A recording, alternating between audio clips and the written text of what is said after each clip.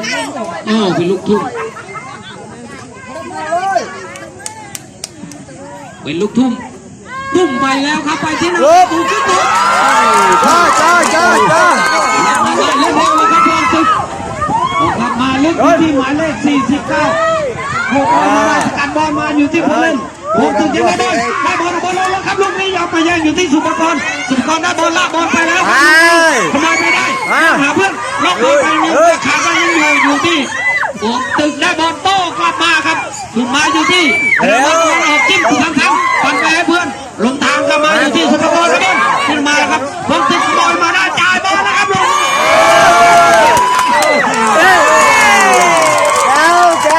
สวยจริงสวยครับกูก็สวัสดีเลยมันยังเยอะก็มีรอบเนาะอยู่ในผู้รักษาประตูกับทชายจ่ายบอลนะครับลูกบอลสูงครับบอลมาก็มา29ลากบอลไปใหม่ครับถูกมาให้เพื่อนโดนสกัดมาอยู่ที่ลากบอลมาด้วยหมายเลข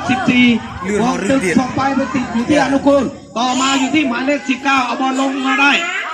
จิ้มบอลมา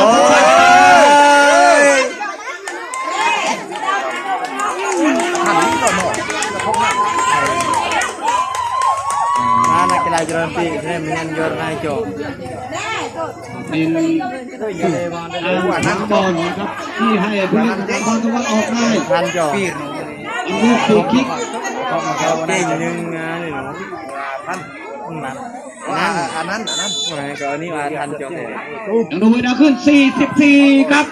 ติดผู้เล่นพวงตึกมองมาครับยังอยู่ที่ออกมาไปหมายเลข14ลากบอลไปในแดนกลางติดมาหมายเลข19โดนขโมยมาได้อยู่ที่กลางเดี๋ยวบอลที่ขวาแล้วครับไปแล้วครับไม่ทันครับเป็นลูกทุ่มเซ็งเลยยอมเป็นวินัยไอ้บอลขึ้นมาให้เลย7จิ้มบอลแลกกันอยู่โดนยัดมาได้อยู่ที่ขนาดบอล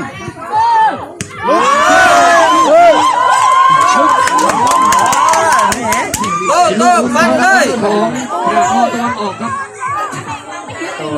ปั่นเลยโต้กิกกันอยู่แล้วครับดูที่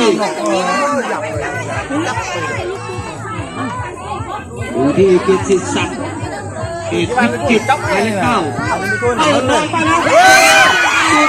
หมายเลข9พอเข้าตึกได้บอลต่อบอลออกมาอยู่ที่พงตึกไปเลยนั่นไปเลยหมายเลข8จิ้มไป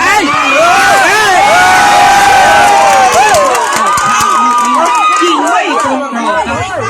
แน่นอนแล้วครับแน่นอนแล้วครับตอนนี้อยู่ในห่วงที่เวลา2 นาทีโอ้ไปกี่จอไม่ไปกี่คนเลยหมดเวลา2 นาที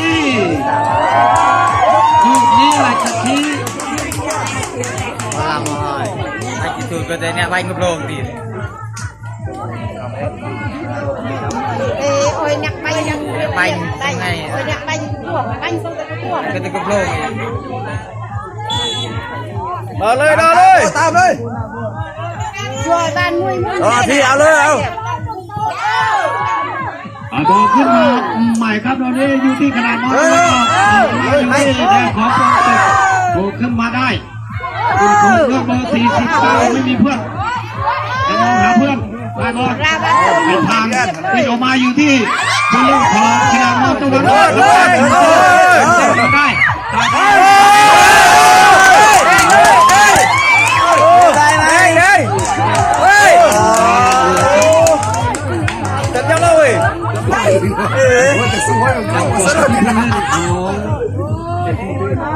บอลตะวันออกเล่นบอลเลื่อนบอลไปเรื่อ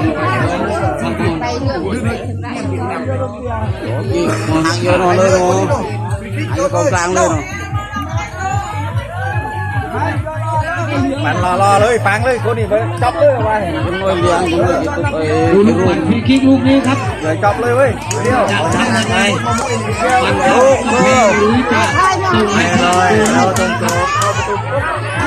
เข้าเลยเกี่ยมาเลยโยเลยสองเอาเลยลูกเดียว เฮ้ยเฮ้ย เข้ากันลูกมือออกเป็นลูกคุณทงหรือเปล่าครับผู้เล่นพวงตึกขึ้นโค้ง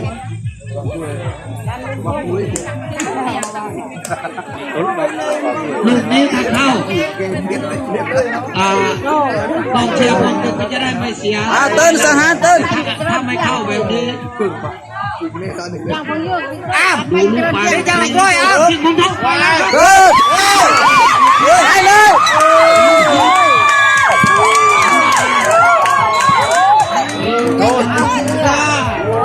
ตอนนี้จบครึ่งหลังไปแล้วนะคะ เสมอกัน0-0มาต่อกันที่เตะลูกโทษนะคะ เดี๋ยวมาดูกันว่าใครจะเป็นฝ่ายชนะนะคะสำหรับคลิปนี้ขอจบเพียงเท่านี้ก่อนค่ะสวัสดีค่ะ